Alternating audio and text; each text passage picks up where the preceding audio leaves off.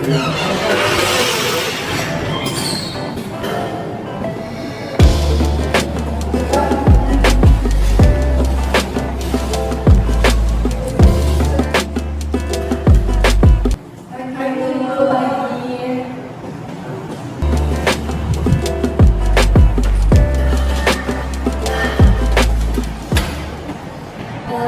pagi semuanya, terima kasih telah meluangkan waktunya untuk pembahasan rapat pada hari ini.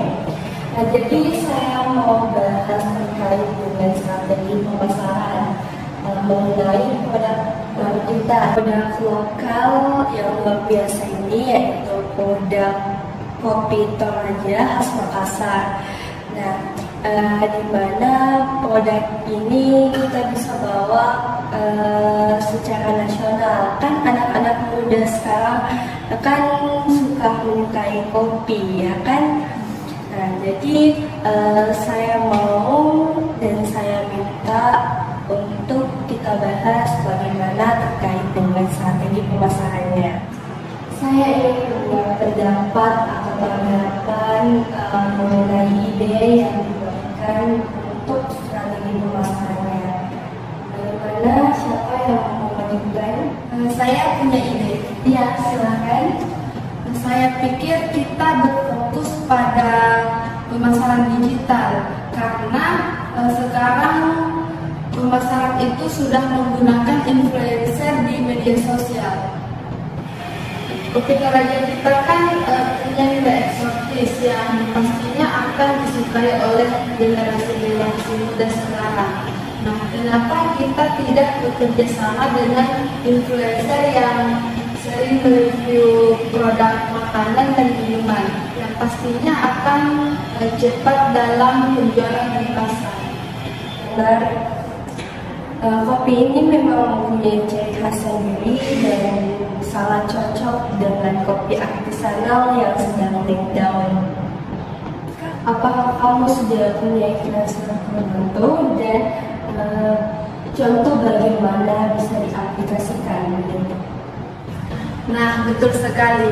Saya sudah memiliki beberapa daftar influencer yang berkaitan dengan target audiens kita, khususnya mereka yang punya banyak pengikut di kalangan anak muda dan pecinta kopi.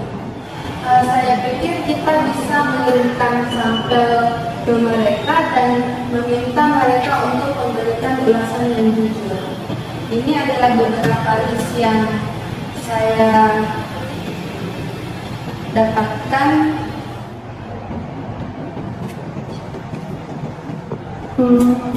Bagus sekali, Dwi. Saya suka dengan ide kamu dan mari kita dengarkan pandangan atau tanggapan mengenai ide-ide yang lainnya. Dan kalian ada yang mau menambahkan?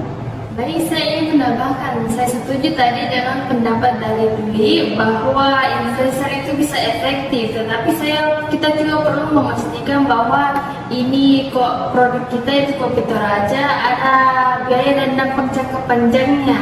Nah, produk kita apalagi produk lokal seperti Kopi Toraja ini punya nilai sejarah dan juga ada tradisi yang kuat dalam dibalik Kopi Toraja ini. Nah, dan saya rasa kita perlu memanfaatkan ini dengan mengkombinasikan storytelling atau kalau kita bisa melakukan jalan strategi SEO. Nah, kita bisa terapkan strategi SEO ini dalam bentuk konten marketing sehingga ini bukan tren yang jangka pendek saja atau tren yang bisa terlupakan oleh waktu, sehingga brand kita bisa lebih kuat dalam ingatan konsumen. Benar, kita harus mempertimbangkan antara hasil cepat dan hasil jangka panjangnya. Oh iya, kamu tadi berpikir bahwa storytelling ini akan membantu membangun citra produk di pasar, ya? Ya, betul sekali, terutama produk yang kita angkat ini adalah produk yang mempunyai kisah di balik proses pembuatannya atau proses di mana dia ditanam. Jadi kita bisa memasukkannya itu dalam konten marketing. Nah, konten marketingnya itu nanti berbentuk seperti kisah, di mana kita bisa menceritakan dia dari asal mana kopinya ditanam, bagaimana cara penanamannya. Nah, kita bisa mengemas itu dalam bentuk yang menarik sehingga konsumen tidak bosan, dan juga bukan cuma kopi yang dia dapatkan tetapi juga ilmu. Terima kasih Yuni, pendekatan tadi itu masuk akal dan akan memberikan nilai tambah yang sangat besar. Bagaimana dengan Sophie? Jangan ragu untuk berbicara karena kita semua ini saling belajar dan saling menginformasikan satu sama lain mengenai ide-ide. Terima kasih Bu. Saya setuju dengan pendapatnya Kak Dwi dengan Kak Yuni tadi. Tapi mungkin kita bisa melibatkan lebih banyak konsumen dengan mengadakan event atau kampanye seperti virtual coffee tasting untuk para pencinta kopi di seluruh Sulawesi Selatan, bahkan di seluruh Indonesia. Mereka juga bisa membeli paket kopi ini secara online dan bisa ikut belajar secara mendalam mengenai kopi Toraja dengan para barista ataupun dengan membuat kopinya, kopi tradisional itu. Wah, itu benar-benar ide yang luar biasa, Sophie. Nah, dengan kegiatan itu kita akan bisa dengan mudah memperkenalkan kopi dengan cara yang berbeda. Apalagi tren virtual sekarang sedang booming-boomingnya. Nah, bagus sekali. Dengan ini, konsumen bisa merasa lebih dekat dan menghargai bagaimana proses dari secangkir kopi yang akan mereka nikmati.